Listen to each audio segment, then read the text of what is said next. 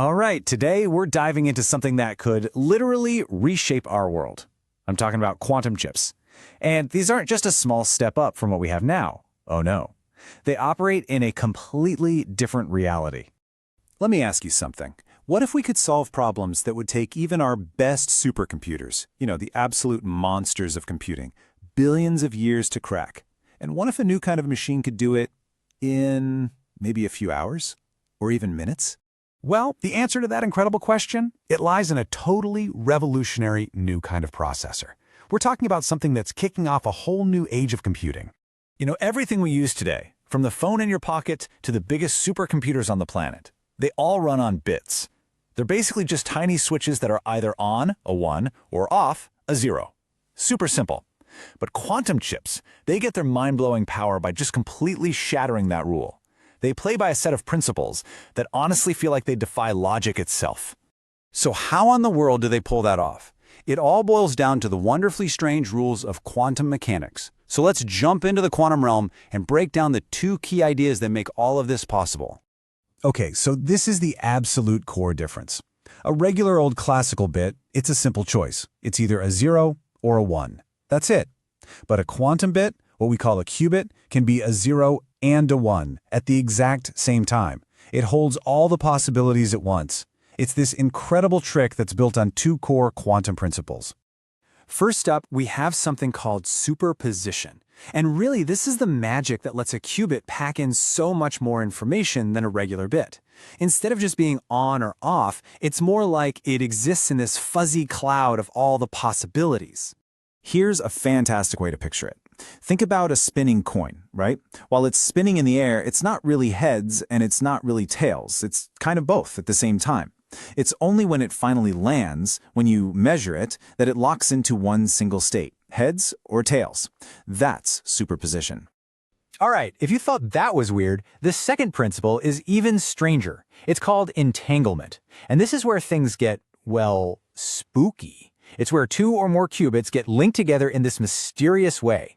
Their fates are completely intertwined. The connection is so bizarre that Einstein himself famously called it spooky action at a distance. Let's go back to our coin analogy. Imagine you have a pair of these magic, entangled coins. You keep one, and you give the other to a friend who flies to the other side of the galaxy. The instant you look at your coin and see its heads, you know with 100% certainty that your friend's coin is tails. Instantly. That inseparable link, no matter the distance, that's the power of entanglement. Okay, so that's the mind-bending theory. It's pretty wild stuff. But what about right now? What's the reality today? Well, we are currently in what scientists are calling the NISQ era. NISQ.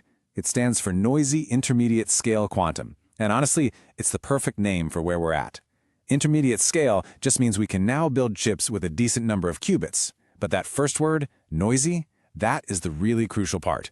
It means these early quantum computers are powerful, for sure, but they're also super delicate and, well, they make a lot of mistakes. And this noise isn't just a small issue. It has huge real-world consequences. So today's machines might have tens or even hundreds of qubits, which sounds great, but they are incredibly fragile.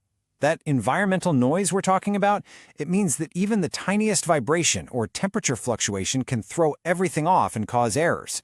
This drastically limits their coherence, which is just the amount of time they can actually hold on to a calculation. We're talking fractions of a second. And that instability is exactly why, for now, they're amazing tools for researchers, but they're not quite ready to be the practical problem-solving machines we're all waiting for. What's really interesting is that there isn't just one way to build a qubit. It's actually a race with a bunch of different contenders, and each one has its own pros and cons. You've got superconducting circuits, which are super fast and scalable, but you have to cool them down to near absolute zero. Then there are trapped ions, which are incredibly precise and stable, but they're a bit slower. You also have photonics, using particles of light, and a huge advantage there is they can run at room temperature.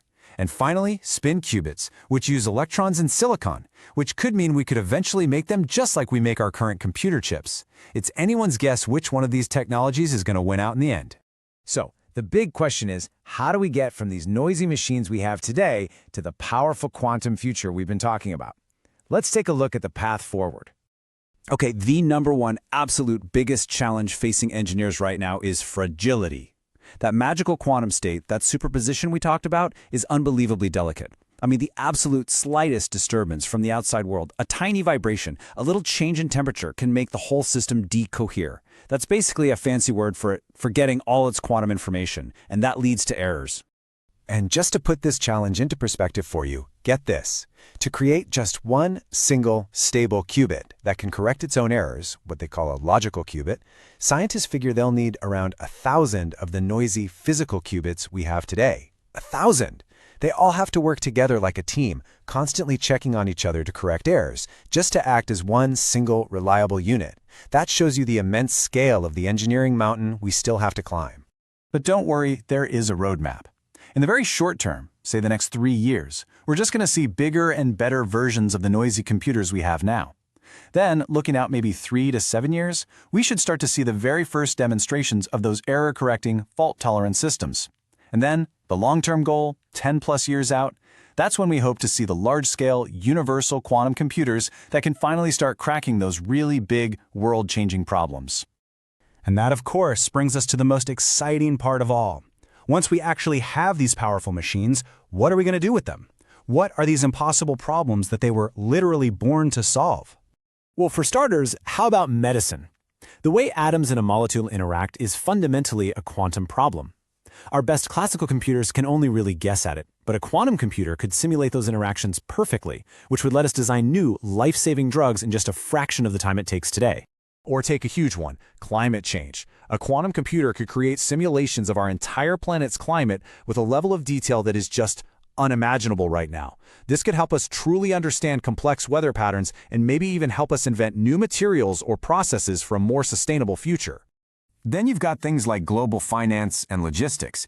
These fields are just packed with ridiculously complex optimization problems that have almost infinite variables. You know, stuff like finding the single most efficient shipping route for an entire global fleet, or modeling incredibly complex financial risk.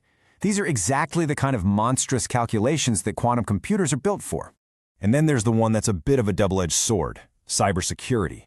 On the one hand, a powerful quantum computer could, in theory, break a lot of the encryption that keeps all of our digital information safe today, which is scary. But on the other hand, this same technology will let us create new, perfectly secure forms of quantum communication, so it's both the threat and the solution. But it is really important to be clear about something. A quantum computer is not going to replace your laptop. Not at all. The future is going to be a hybrid one. You'll still use your regular computer for email, browsing, all that stuff, and these quantum chips will work alongside them, kind of like specialized coprocessors that we call on to handle those very specific, unbelievably complex problems that they are uniquely built to solve. So here we are. We're really standing at the dawn of a new computing age. We are on the verge of building machines that operate on the fundamental rules of reality itself, designed to solve problems we used to think were completely impossible. And that leaves us with one final big question. Are we ready for the world they're going to create?